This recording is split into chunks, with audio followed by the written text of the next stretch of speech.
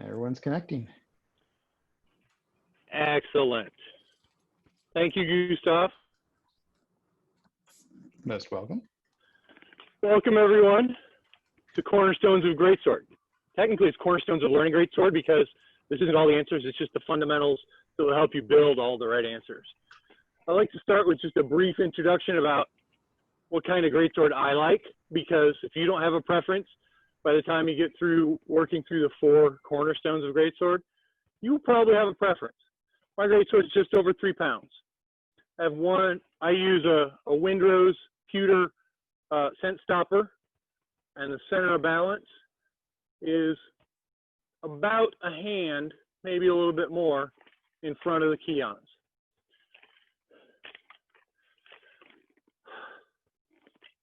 There are 4 cornerstones to learning greatsword. The first is, quite simply, learning to walk.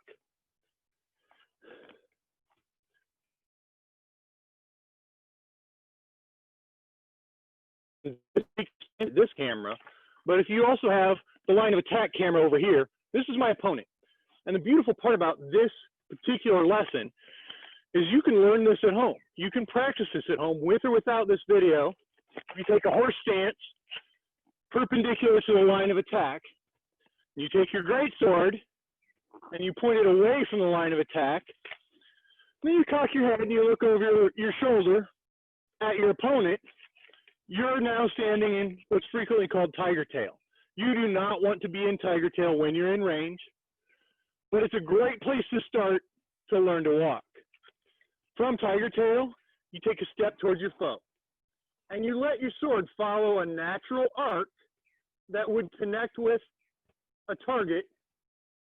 I'll talk more about which target when you finish the step. When you take another step, you take another swing, and so on. And when you get to the 3rd step, you realize you might be getting kind of close to your target. Maybe they're running away from you. It's hard to say. You take a step back. And the fun fact about taking a step back, which you get to repeat, is that it's the same as taking a step forward. When you finish a step, you finish a shot. If I finish a step on my left foot, I finish a shot on the left side. If I take a step back with my left foot, I finish a shot on the side that has my leading foot. So when I take a step back, I finish a shot on the leading foot. When I take a step forward, I finish a shot on the leading foot. A lot of people will say, well, you might want to finish the step, then finish the shot. I say step and shot land at the same time. It lets you use your big muscles first. This is your biggest muscle.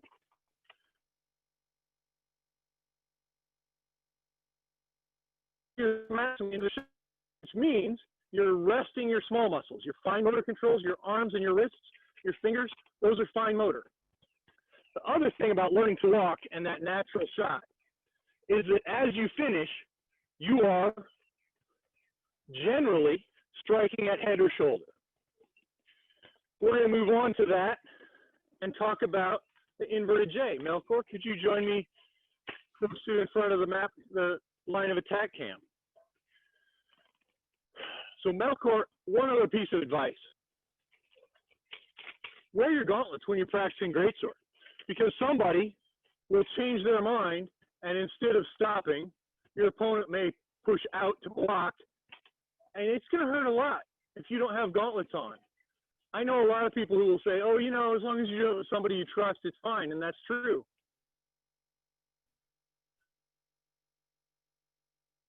And you're wrong.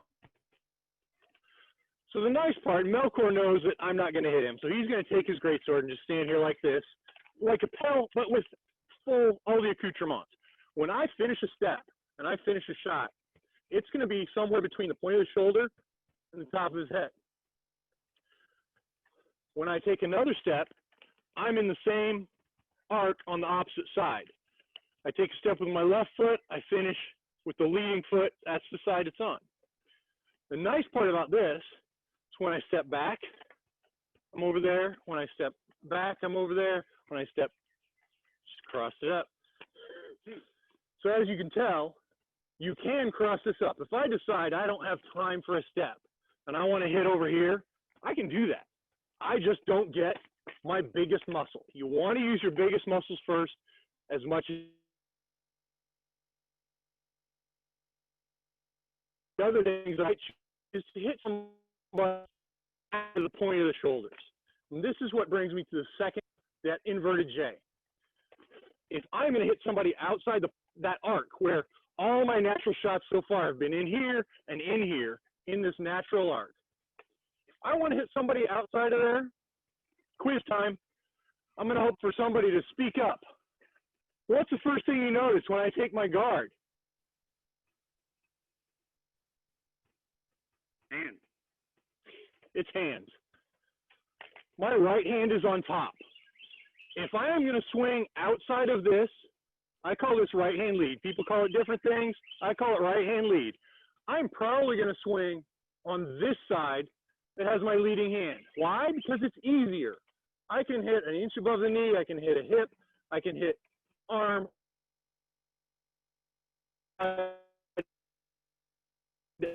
over here to this point pretty easily. And anybody who's practicing at home or has heard this lesson before recognizes that if I go outside the inverted J, my arms are crossed, my mechanics are poor, I don't have nearly as much follow through here. Are there ways to hit outside the inverted J? Absolutely. Have I done it? Yes. Where do I hit most of the time? Right in here, in that inverted J. However, I usually fight left hand lead, which means my inverted J on my opponent is right over here. This side, all the way over to here. The beautiful part about the inverted J is, if you're thinking offensively, you're like, well, I want to really be on the alert for shots over here because it's much easier to hit there and to make the next block. It's much easier to strike with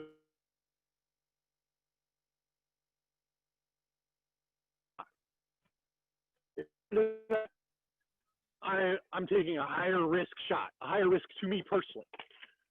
If you're thinking defensively, you can do the same thing as long as you notice what hand I'm leading with.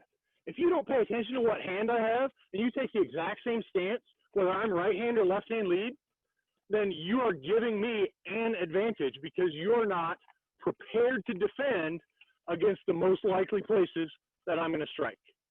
That's the inverted J. Pick up your Greatsword, Melchor. So this brings us to the third cornerstone of learning Greatsword.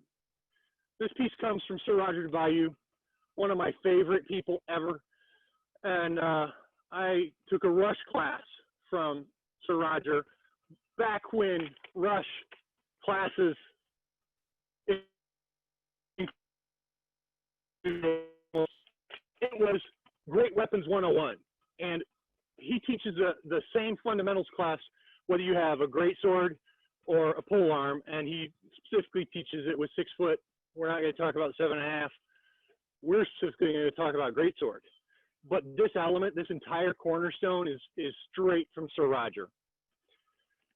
And the essence of this is, I'm going to take a left-hand lead like Melchor. The essence is, if I'm swinging at Melchor, the safest thing for him to do is to meet my blade perpendicular, because it has the highest certainty, the highest likelihood of blocking this, and the least likelihood of me changing something at the last minute and getting past his shot. One of the other aspects of Sir Roger's class is, quite simply put, as soon as you swing, you have to return. It's now the defender's swing.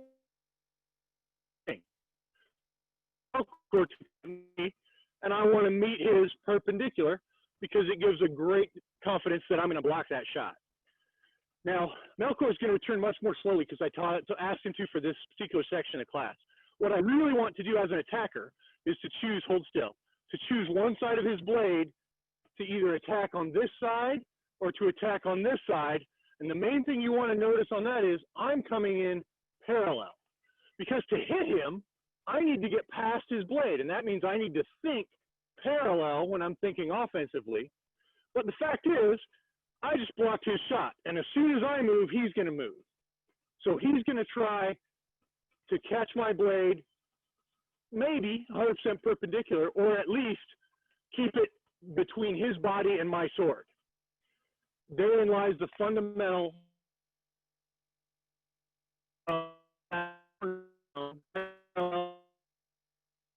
that exchange. As soon as I throw a shot, it doesn't matter whether it's an in-close shot or if it's a shot at extreme range, full extension. As soon as I'm out here, it's his turn to decide if he wants to throw a shot while I am coming back to make a block and to be loading for another shot. One piece that really I didn't talk about in parallel and perpendicular is the thing I already talked about in the inverted J. If Melchor has left hand lead and I have right hand lead, we begin closer to parallel. So if I come in this way or this way, we're more naturally parallel. If we both start at the same hand, we're sort of naturally perpendicular. And you've seen a lot of people that go to a fighter practice where everybody fights the same hand. Everybody fights right hand.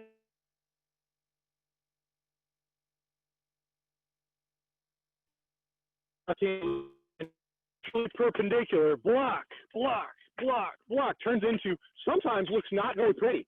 It's like a slugfest. And everybody is so naturally perpendicular, it's really hard to make an opening to get that parallel shot. And it's not the prettiest greatsword. As soon as one person, go ahead and switch, switches and you're more naturally parallel, we might look like we have the same hand, but the movements you have to take to make the block are bigger. And the same principle I mentioned before pertains. You want to keep, on the defense, you want to keep your blade between your body and your opponent's blade. Even if you don't make it to perfectly perpendicular, that's going to keep you safe.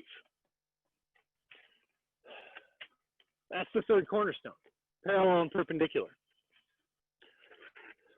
The fourth cornerstone is my favorite. It's circles. And when we go back to Tiger Tail to start, you get the biggest circle out there. You get a big step, and you finish it. That's only about a 180-degree arc, but that's a big circle. And if I wanted to throw another big circle on the other side, I could wind up and throw opposite side.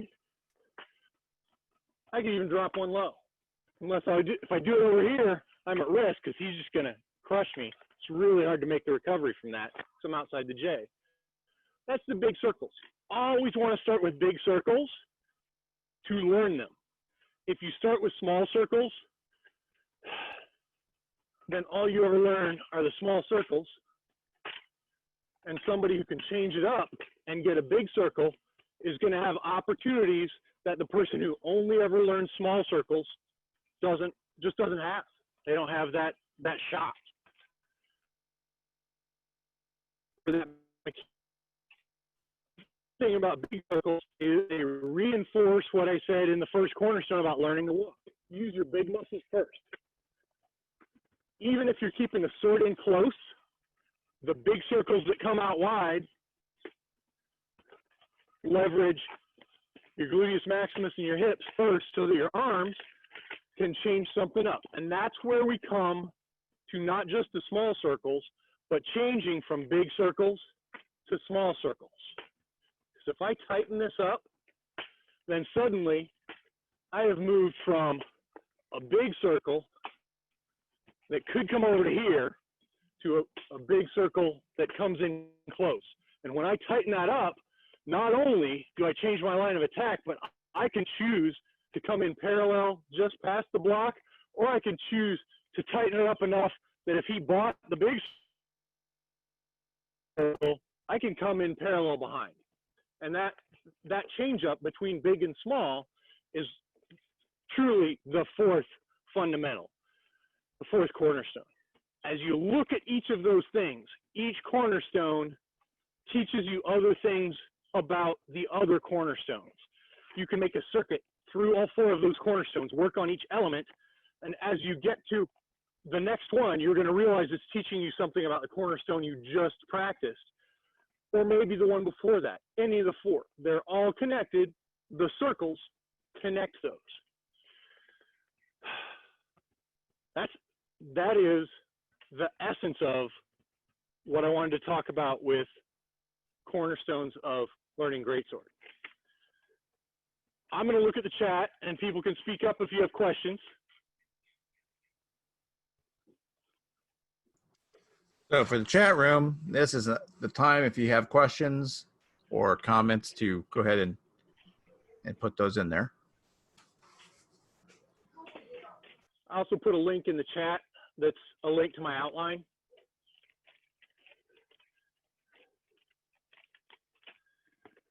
One thing I forgot to talk about big circles, about circles in general.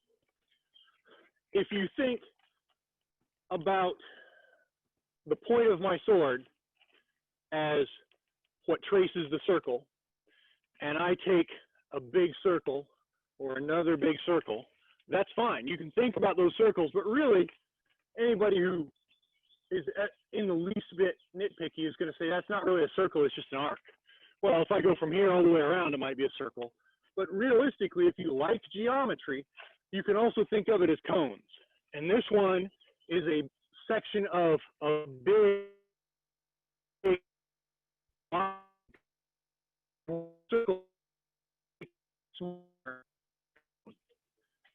That in particular helps you to think about how you're getting from one place to the other.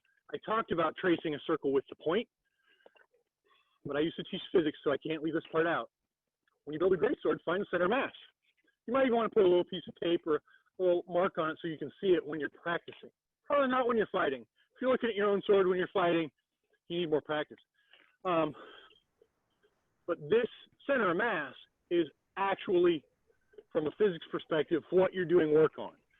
When I move in a big circle, this arc is the thing that moves. When I move in a small circle, that arc, that center of mass, is where I'm applying work to make the entire sword move. Question time. I love question time. All right. So Logan asks, do you hide behind a tree or do you try and meet the attack? All of them. The principle I provided was you want your sword between their sword and your body, but the absolute best option is not to meet it perpendicular. Melchor, can you swing at me? But to make your opponent miss gives you a greater opportunity. If Melchor swings at me here and I block it perpendicular, that's great. Take the exact same swing. If Melchor swings there and I step out and swing here, suddenly he's swinging past me with no resistance and I have a bigger opening. So if I can make him miss either by moving out of the way of his sword, or if he's taking a more vertical shot, letting it slide down, maybe off, then I have a greater opportunity. And Logan, I hope that's close to what you're asking about. Okay. So the next one is, I would like to hear more about stance and posture. Okay. So I talked about taking steps. I didn't talk about guards. A lot of people take a straight up, here's the box. I'm going to block everything with keeping my hands and the majority of the greatsword in the box and keep the shots flowing in there. Those are fairly fundamental. I believe that the best opportunities flow one to the other. And while the principles of keep your sword between your opponent's sword and your body, and stay in the box and you'll be safe, are viable principles to deviate in order to get other opportunities. Other things about stance, I could talk about grip, but that one's kind of boring. Was that Your Majesty? Was that Lucian? I believe it Let me was. know if you have a follow-up on that. Yeah, that was me. I'm happy. That's a great answer.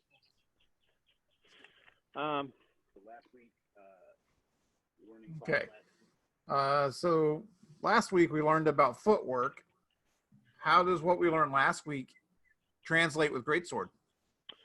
Well, I'm going to refer back to use your big muscles first. Everything that people talk about with footwork, with sword and shield, is the same with greatsword, except instead of sword and shield, I've got a greatsword. So if I want to throw a good shot with the least amount of effort, I'm going to take, when I do this, that's where the power from. I'm not going to throw a shot when I'm in midair, and I'm going to try to avoid finishing a shot when I'm in mid-step. I want to finish when my base is here, and if I can sit into it a little bit, then that makes it even easier. Although, greatsword is the easiest weapon to hit too hard with, so don't. When I say use your big muscles first, it means you need to keep your fine motor control in reserve for one of two things. Changing the shot if it winds up, maybe you're swinging a little too hard, but you can also change the targeting. One of my favorite targeting, Reinhart, could you take just one step towards me? Come out this way. One of my favorite fine motor control things to talk about is, and this is exactly the same, this isn't footwork per se. I've deviated greatly from the question. Throw a shot right here. Or if I throw a leg shot 1 inch above the knee, perfect shot. Well, that may actually be easy to block. But if they miss the block and their whole hip is open, all I have to do is rotate my wrist. Fine motor control. You look at one change, a small change to the wrist, and I get about 8 to 10 inches of travel with the tip. So this shot with no wrist change turns into this shot. Guess what? Hip is a kill. And that is what fine motor control is for, in particular with greatsword. I would say there's more similarities with footwork to sword and shield and greatsword than there are differences, but there are some differences. You only have one thing. Okay, so the next question is thoughts on half swording with greatsword in SCA combat. I think it's a lot of fun, and I'm not really very good at it. You should probably consult someone who's actually studied it. And then now that I've said that, I'll give my opinions. First of all, I'm going to reference Sir Roger again, and that is, when you're in range, don't change your grip. If your opponent is paying attention, step into the camera. If your opponent is paying attention, I'm in here and I decide I want a half sword, the first thing he does when I let go is hit my sword. And I'm so worried about grabbing my sword that he probably is hitting me after he's got me all worried about getting a hold of my sword. So my biggest advice on half swording is change your grip out of range. Then you can come in and use it. But remember, as soon as you're half swording, you've just given a range advantage to your opponent.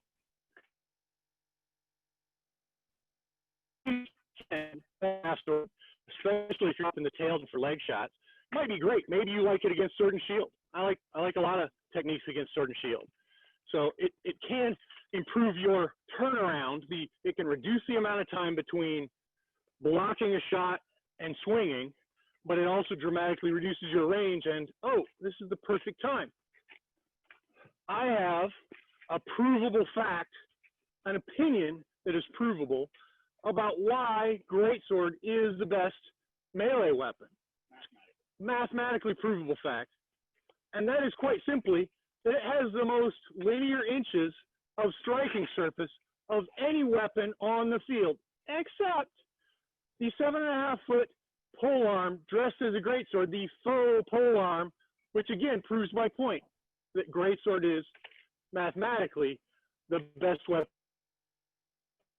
for hitting at all ranges. Hitting people blind, just not best at that, but I like fitting that in. Okay. The next question is, do you have a center of balance preference, or do you feel that is up to the fighter, style, etc.? I absolutely have a center of balance preference. This is about one gauntlet hand in front of my keons. My keons are a little less than 18 inches because I don't really need that much leverage if I'm doing my mechanics right. And so for that, that's my preference. If you don't have a preference yet, you're welcome to try mine. And as soon as you do have a preference, go with it. I know people who don't like a counterweight. I really like having a counterweight because I like the center of balance right about here instead of centered.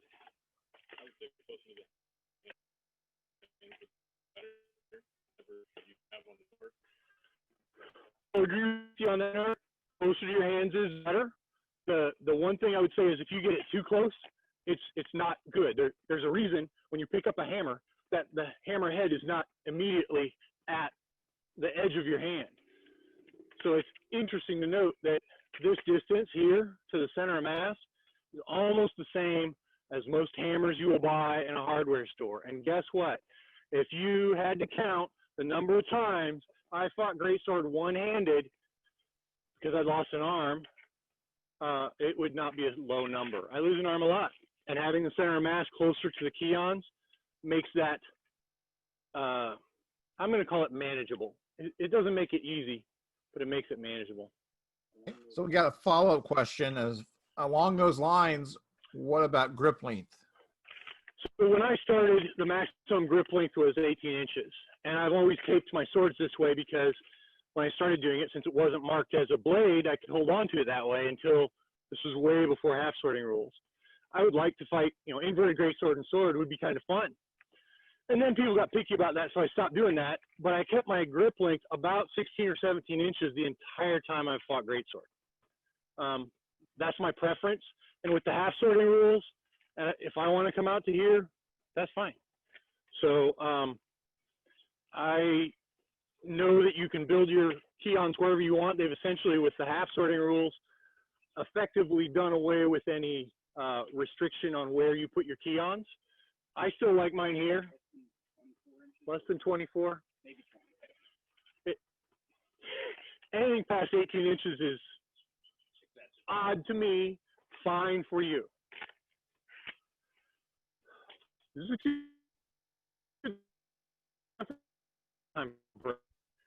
So think of more questions.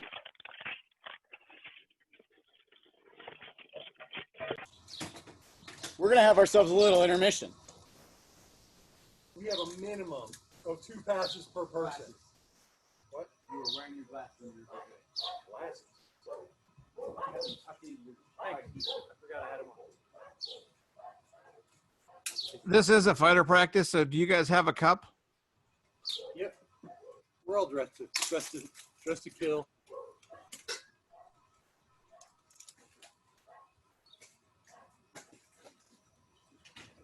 I realize this is also a good time for me to talk about. I realize that in these times it's very difficult to have fighter practice with these two Fearedmen. These two Fearedmen live in my house. Rheinhart, it is a pleasure to meet you on the field of honor.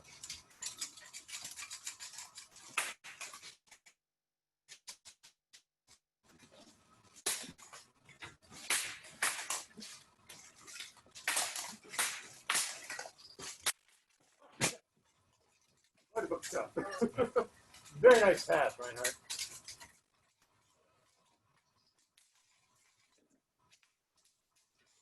Melchor, it is a pleasure to cross swords with you again. It has been far too long. It has.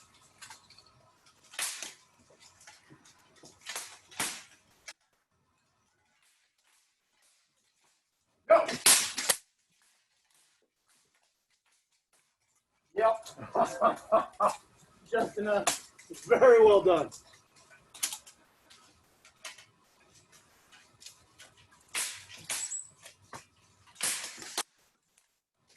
No, neither of those, by the way. Yeah. Not quite. Not quite on my end. Oh, yeah, you got me. Okay. I wasn't sure if the follow through was a little weird. It slid off a little. It was good. Yeah. Excellent pass. I almost pulled it at the end because I thought you were going to duck out of it. No, you got me. I was like, no, I have a Rheinhart, I think that that last pass really characterized how coming in parallel gives you opportunities to strike your opponent. Let's see if there's more questions. So the next question is, how heavy do you make your swords? I anticipated this question. This sword is just over 3 pounds. I weighed it about an hour ago to make sure I knew. The original, I think. I used to make them about 3.5 pounds. I guess, as I get older and lazier, 3 pounds covers it. So we're on the laptop microphone now, so they can hear us. So I have a question, and mainly just because I was watching the three of you, and you, Hirsch, I noticed you seem to be very much with your, from last week, Brownos commented about keeping your center of balance, keeping everything kind of upright. I noticed when you fight, you're very much centered, whereas your Feardmen there are a little bit wilder. So is that something that you recommend, is trying to keep your balance centered? Yes, mostly. I spent years believing that big step or that little extra lean was going to get me the shot.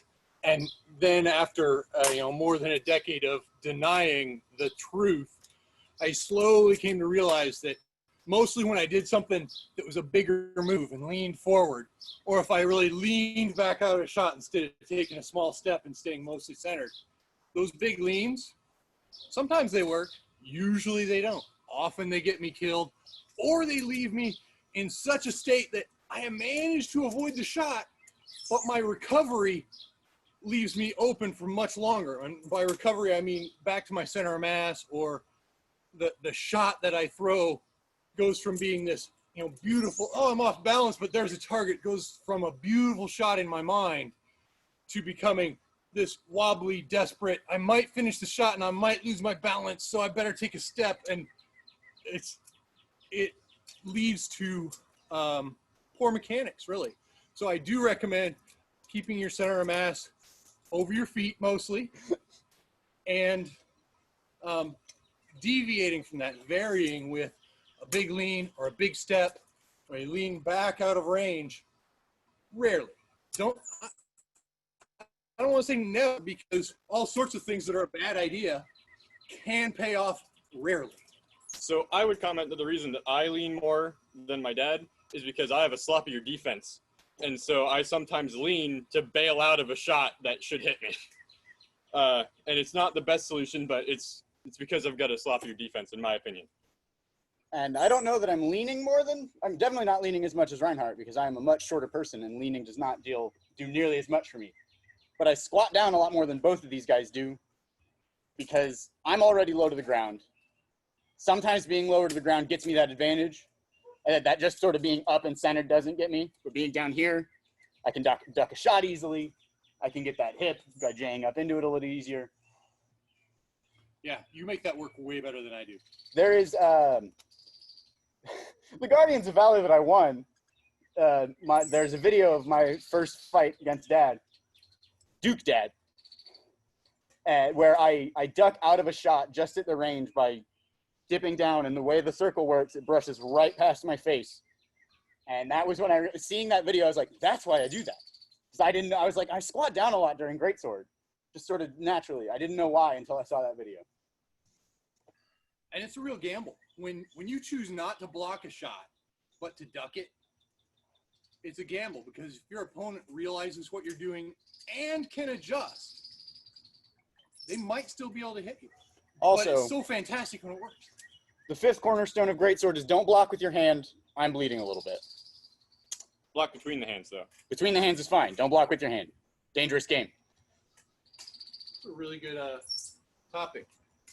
So I know for me, the J shot is one of my favorite shots. I mean, it's kind of the base, I guess, going from low to high J shot.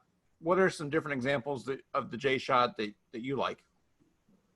I am a big fan of that scoop shot where you come down under and bring it up, that J. That's the one I throw the most, where I stand up into it. I really like the lower rib. Oh, yeah. The bringing the sword up over the top of your head, and that J. So I already described my favorite is the change your wrist, change the target. Going from a leg to a kill is a beautiful thing. It can also help you to get beneath the point of a shield. If somebody has a shield, you can dig under it without coming all the way down here and sort of giving up your game that you're cutting the grass and coming up for this angle, which really tips them off. If you just drop it a little further than you could and bring it up, it is very dangerous because if you don't bring it up, you've just hit your opponent low with the Greatsword, where they're not required to wear armor. So be careful not to do that. That's why I recommend, when I teach that, I teach about turn the leg shot into a hip, or the maybe a hip into a body is one of my favorites. I think my absolute favorite is the block while striking. If I come in here and I swing for a body, I may not get the shot on the body, but my hands are right here and I can vary where the shot lands a little, and I can vary where my hands are depending on what my opponent does. If he takes a headshot, I can block that headshot and finish the Greatsword shot. And quite frankly, with a two-handed weapon, striking while blocking or blocking while striking is absolutely one of the most challenging things to do. When I talk about the fundamentals, I'm talking about building on those things. And in no way should you say, oh, I don't want to try the most advanced stuff first. Just expect to screw it up for longer. But if you don't start working on some of the harder things sooner, then you won't get there. So stick to the principles, finish the shot with a step, use your big muscles first, put your hip into it, and pay attention to your recovery. Try to come in parallel instead of perpendicular, and pay attention to your circles. So all four of those cornerstones invest the answer to this J shot that I like. The other thing that Melchor mentioned was block between your hands. Don't block with your hands. This is one of my favorite Schaden stories. Uh-oh. So Can I have a gauntlet on for that? no, because you're swinging at me. Okay. I should have a second gauntlet. No, let's move this way so we're actually both in frame. There we go. I don't know where to put my second gauntlet. So, okay, we're both in frame. Take a right-hand guard so that you get a really super slow shot at my leg. So when you take that shot at my leg, slow down, slow down. I can come down and I can block sort of blindly. And I might catch it on this hand, on a gauntlet. I might even catch it all the way down here. I can knock it down here or try to catch it with a key on. If I put my key on right there and I'm on top of his sword, I'm in charge. He's not going to hit my leg through the key on. But the really beautiful thing to do with that shot is to catch it between my hands. And when my knight Schaden told me, try to catch the blow between your hands, I laughed and said, oh, right, thinking he was joking. And he was dead serious. Because when you catch that blow here, you do two really powerful things. First of all, you save your hands. You don't bleed from the thumb. Have a little bit of concussion. And if you use your hands for work like I do, maybe you want your hands to keep working your entire life. But second, if you think about the big circles, you just caught this energy. And so you stop this shot here, and that energy has started your sword moving. You take that energy and turn it into a circle. And I have done that enough times to tell you that, A, it works. You don't always catch it between your hands. But when you do, you get better energy transfer to your sword. And you can use that energy to speed up your shot and have a good shot that lands sooner with less work from your own muscles. That's my favorite shot. So I switched to the computer microphone so that we could all talk. Did everybody hear all that? Yes. Okay, awesome. And we're good. More questions. So, how do you feel about using a fair amount of false edge shots? I'm fine with it. Backblade is an advanced topic. If you look up some beautiful German manuals, you will see some stances, some guards that begin like this. Point down. And I'm going to characterize this as a variation on tiger tail. This is a little bit of a, I know what I'm doing, you go ahead and attack, and you're good luck getting past this. There's a little bit of ego in starting out with a downward point, because you've given up one of the easiest ways to get a good shot, which is to use gravity. So you have to put more work into this shot. The really beautiful part, Melchor, I'm going to use you again. If you take a shot at my head, nice and slow, and I come up and I block here, I have just pulled his sword past, and I'm cocked for the throw. So not only have I brought his sword out of a block, where if I blocked with the front edge, bring the shot in. If I block here, he's still very defensive. He's got his sword between me and him. He's got his sword in a good position to block almost anything. Leave it right there. If I come out of here, shot with the back blade, I'm pushing him faster out of the way, giving him extra energy, getting his sword offline, and I'm cocking my sword for a shot. So I am wind up, throwing his blade out of the way, and winding myself up for the follow-up shot that comes even faster than almost anything you can block with the front edge. The downside of that, I mess up my timing, and I just get hit. Bonk. Or I come up to here, and he hits under, if you've seen it. And so it is very difficult to get the timing just right on backblade stuff. You're also exposing the weak part of your grip. True, the weak part of your grip. Up here, I'm going to reference Sato because he has some really beautiful backblade stuff. We don't see that much anymore.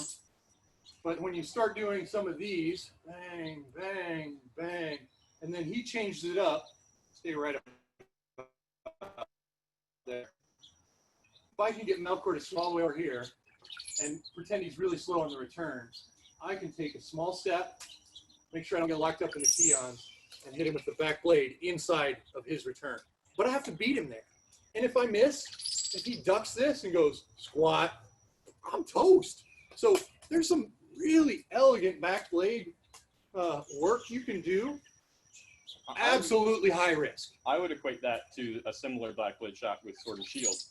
And in fact, a lot of backblade shots with sword and shield, where if you miss, you're completely out of position and your opponent now owns you. Not wrong, but with sword and shield, you still have a shield. With greatsword, you have one thing. All right, so the next question here is, what do you do with greatsword fighters that are predominantly counter punchers? Same thing I do with bastard sword fighters or 54-inch greatsword fighters, or people that bring themselves as much counterpunch advantage and repost style, which is try to get them going. Honestly, I fight a little more conservatively against somebody that has a shorter sword. When I go to a foreign kingdom and there's a lot of people with 52 or 54-inch greatswords, I'm probably going to be just a little more conservative. Honestly, I'm going to try to get 2, 3, 4 shots deep into the engagement before I really commit to a shot, because if I overcommit too early, the counterpuncher is very ready. But when you look at the 4 cornerstones of greatsword, stepping with the shot, using your big muscles first, and the circles, when you get into the flow of the fight, then the first, second, third, fourth, fifth, sixth, seventh shot of the fight all just flow one after the other. Whereas somebody who's really a counterpuncher may be ready to block and throw one, or block and throw one, two. But if all they do is counterpunch, then they're not going to have as much depth in getting into the flow of the fight. And that's where I usually find my advantages. I actually Googled McPherson. When he and I both lived in Shadowdale and went to fighter practice really regularly, I consider him to be instrumental in teaching me not to try to snipe that outside shot. Didn't matter if we had both 6-foot greatswords or if he had a bastard sword, I would try to snipe him with a shot and he would block it and kill me repeatedly. You used to do that to me all the time. It was the most frustrating thing. And it's essentially the lesson of, can you really snipe that? And the answer is the same as it is with almost every weapon system. You hardly ever are able to snipe somebody on that first shot. Sometimes you can. There's several factors that lead into that. Recognizing those helps make you a better fighter. But recognizing that usually you can't kill somebody with the first shot, that absolutely makes you a better fighter. So I would also comment that the nature of sniping with a greatsword drastically changes the way that the range game works. Because Melchor, who is significantly shorter than me and my father, really does not have a range problem against the two of us, because the range game in greatsword is that much different than pretty much any other weapon system, I would say. Like, take a step back. Put your greatsword at range. Like, you can slide your hand down a little bit. They're the same. I mean, I'm fully extended with my leading hand, and we're at essentially the same range. We can hit each other in the breastbone. Neither one of us has more than 3/4 of an inch advantage, which is why it comes into timing. And sometimes they'll be like, yeah, I want to lean for that, but only if I have the chance to lean back before he's there. Right, and that was the point that I'm trying to make, is that you do technically have a minor range advantage against Melchor, but if you try to exercise that range advantage, you're putting yourself at serious risk. Absolutely, and that's how I feel every time I fight Greatsword versus a Bastard Sword. I've had people say, oh, well, why don't you speak of a Bastard Sword? I'm like, well, I prefer Greatsword. Well, don't you think they have an advantage? I'm like, do they think they have an advantage? I'm perfectly comfortable fighting Greatsword against Bastard Sword. Against certain people, very challenging. I do like both weapon systems, but I also very much believe that if you're going to really focus on learning one first, learn Greatsword. Learning Bastard Sword after learning Greatsword is easier than learning Greatsword after learning Bastard Sword. It's like the big circles to small circles principle. That's my opinion. I'm sure it's worked for plenty of people that they learned Greatsword after Bastard Sword. What else do we have? I'm enjoying these questions. Thanks everybody for coming.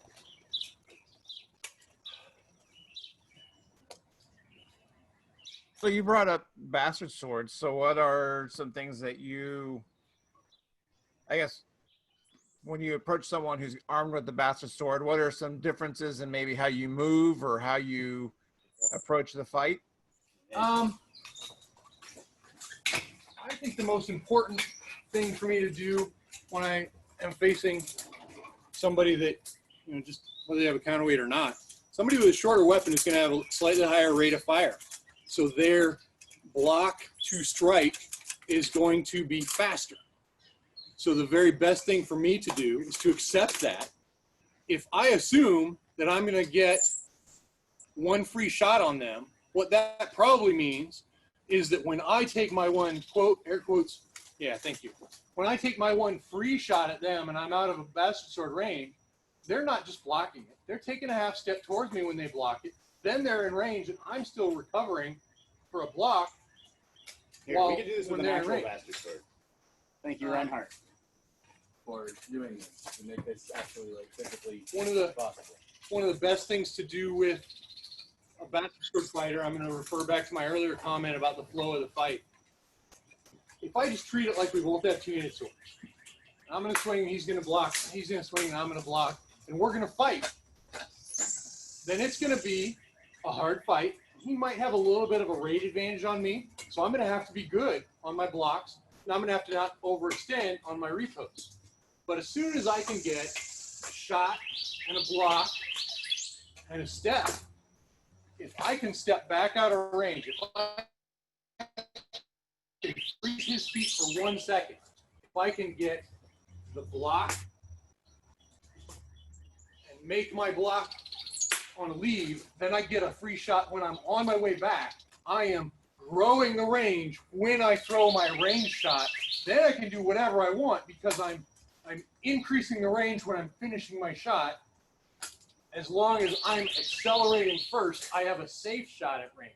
If I try to take that safe shot at range on the close, there's no way. That just doesn't work. And accepting that and just having a fight and trying for that shot on the exit, absolutely worth it. It's worth waiting for. And if you can't make it 3-4 shots into a fight to wait for that opening, well, keep working on your fundamentals. It's what we came here for.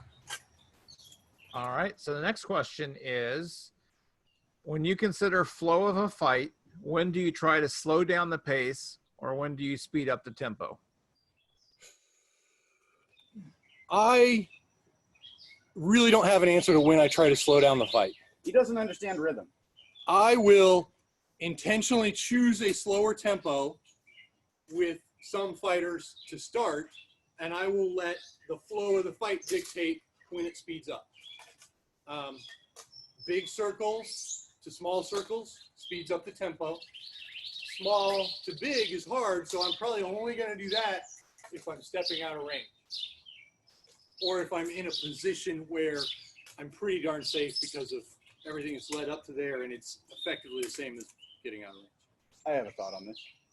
the flow and speed and tempo of the fight are going to naturally increase as the distance between the fighters closes. Because when you're further out, you've got these bigger circles that take more time. But when you're closer in, you can't really do those big circles as much. So you might have to use these small circles, so things are going to move a little bit faster as you close in. Absolutely true.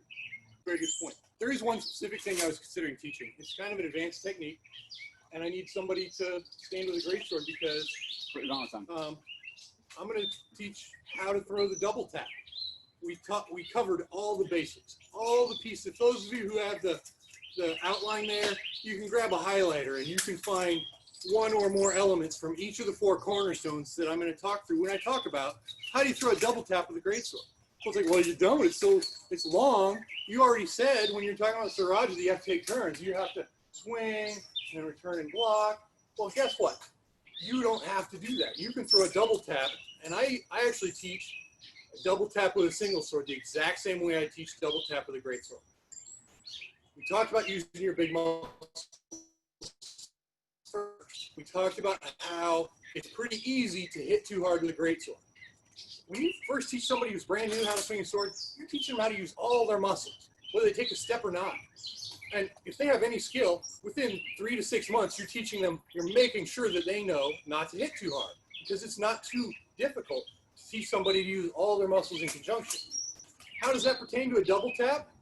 Think about dancers and isolation. If I use my big muscles first, and I take a step with the shot, this uses almost 0 upper body and elbows. So I add one thing to this. I add a little curl, and instead of the step, I get just a little circle with my hip. So the first shot lands, whether it's from here or whether it's from Tiger Tail, the first shot lands, kaboom, with almost no. I really cheated. I put upper body on that just to make you react, Reinhard. I'm sorry. Shouldn't do that. I should. You should give me some warning, man. I'm not wearing a helmet. Okay, so block strong, okay? So the first shot lands. That's a good shot. And I put almost no arm in that. The second shot, I draw it back, but only a little bit. I don't draw it straight back and come back in, because that means changing the direction twice. Pulling it back, he already stopped it with a block. If I pull it straight back, I have to stop it and start it. I'm not going to do that. I'm going to do a small circle. So after I finish the first shot, lands here, small circle, and the upper body coils and expresses. I use mostly upper body on the second one. Just a little bit of hip movement for that small circle gives a little bit of the big muscles. But essentially, you're throwing 2 shots in quick succession. The first one is almost all gluteus, and the second one is almost all shoulders. That's how you throw a double tap. It's how I throw a double tap with a single sword. You can keep throwing it too. I've been beaten down by someone throwing the same shot over and over again, although I'm not proud to admit it. I'll treat you. So That's how you get me. is it an advanced technique? Absolutely. Does it follow naturally from the 4 cornerstones? Yeah. Can you reverse that and throw upper body first, then take the step that lends the second shot more power? Yeah, you can reverse them. Practice it. Jürgen asked. So the next question is, how do you deal with fighters that are being brawly and very close ranged? Push him. That's it. So I quit playing tackle football after 9th grade because I had more fun and more injuries than all the years before that. And I really didn't have enough fun to justify the injuries. So when somebody gets in close, I have a visceral tendency. Somebody comes in close, I get low, I get underneath them. I don't get it. I want to meet force with force until such time as I have a better option. If he pushes me a little and I have to step, I want not just to step back. I want to step to an angle. Maybe I want to take him up. Maybe I'm going to say our wrists and Keon's, we're having a big wrist and Keon fight. Maybe I'm going to disengage, but instead of just pulling back, I'm going to elbow. Maybe it's a gauntlet, maybe it's a pommel, maybe it's an elbow. And as long as I don't hit my foe with that elbow, there's a lot of people who don't talk about elbows with greatsword. It's absolutely part of it's positive contact. If we're already right here, we have positive contact. We didn't hit, we made contact, and now we're vying for position. So I can use my elbow here, or I can use my elbow here and go for an angle. As long as I don't elbow my foe in the helm or even in the arm, it's part of positioning in close. I also like to recognize when somebody is just not going to budge and choose something different. I was fighting a big guy repeatedly, and I had a really big guy with a big shield because he moved here from offshore, and I had a really hard time getting around his shield. And finally, I realized that as long as I could stop him, get him to stop coming at me and block whatever he threw, I had a pretty big moment where I could take a pretty big step that he couldn't see around his big shield, and I could make the angle. So when I face somebody that I'm just not going to make a move, might be able to stop him, might be able to influence a little, but maybe I should look for other ways to get a target. Good question. That was I was going to say passing maneuvers. Oh, Somebody yeah. is being up close and brawly. Passing maneuver. You can step past them and stay rather defensive. And if they're really pushing at you, you just have their entire spine up to your whims. Yeah. Do with it as you will. As a dog. Hello, Archimedes. They also sometimes, and there's a number of different very small flaws you can exploit. I'm not saying that everybody who's big or prefers the brawly maneuvers will do this, but some of them will fall for your sword. So you can position yourself for the passing move with your feet moving to prepare. And if Melchor is the brawly guy and he's baking my sword, I can leave the sword over here and big move that gets me started on the passing move where his, if I can time it just right, then his momentum is straight at me. I was going to say, you're passing a little early. Yeah, straight at me, straight at my sword. Suddenly, he wanted this up close and personal. And as long as I can evade that, he's going to be surprised and just a little off balance that I didn't give him this target, because I made every body language signal. And I'm going to meet that charge. And then step aside. As long as I don't mess it up and he steps on my ankle and injures me, that would be terrible. So I don't think we had any other questions. Logan made the comment that greatsword is a mass weapon, always use circles, which Absolutely. I love the hip shot because mass weapon kills on the hip. I've really enjoyed this, everybody. Any other questions? I'm happy to elaborate. You can tell I love teaching greatsword, talking about greatsword, fighting greatsword. It's fantastic. I miss fighting greatsword. See if we can't get that outline back. Nope. Okay. Never mind. Usually I can recall the last message sent. Yeah, but not everybody's here. So I don't see any other any other questions. We're coming up to the end of the hour. So I think we'll go ahead and wrap it up. I want to say thank you, Hirsch and Melchor and Rheinhart, for your assistance. I really appreciate it. And Logan, if you could maybe pop on real quick and explain next week's class. Sure. Master Ravaz and I are teaching a class next week of Listen to the Old Guys. Ravaz is going to be teaching stretching. He's going to demonstrate the various stretching exercises that we should be doing before practice and before tournaments and before melees.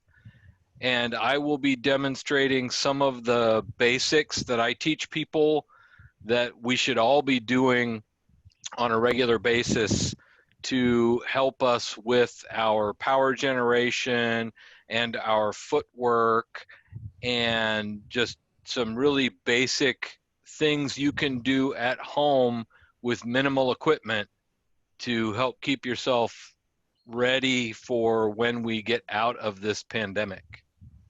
There will be, this is a class where for the most part, we want you to do it along with us. So wear comfortable clothes, wear things you can stretch in, and if you want to start in your armor so you're stretching just as you would before fighting, that's fine. If you would rather wear something that's a little more flexible than your armor, that's fine too. We look forward to doing it. I am going to have a ladder like His Grace Branosh talked about, and I will have a link for where you can get one if you want to, posted in the notes for the video and in the chat. And if anybody wants to know about it before then, I'll put it out on the Kingdom list, and somebody who actually is on Facebook can put it on the Facebook group. That's it. Awesome. Thank you. All right. Fantastic. All right. And so I will turn this back over to Gustav. Thank you, Your Grace. Great class. Thank you, Grace. Thank you, guys. Thank you, everyone. This session was recorded, and we'll have it out for distribution momentarily. Thanks, everyone. See you next week. Thanks, everyone. Thank you.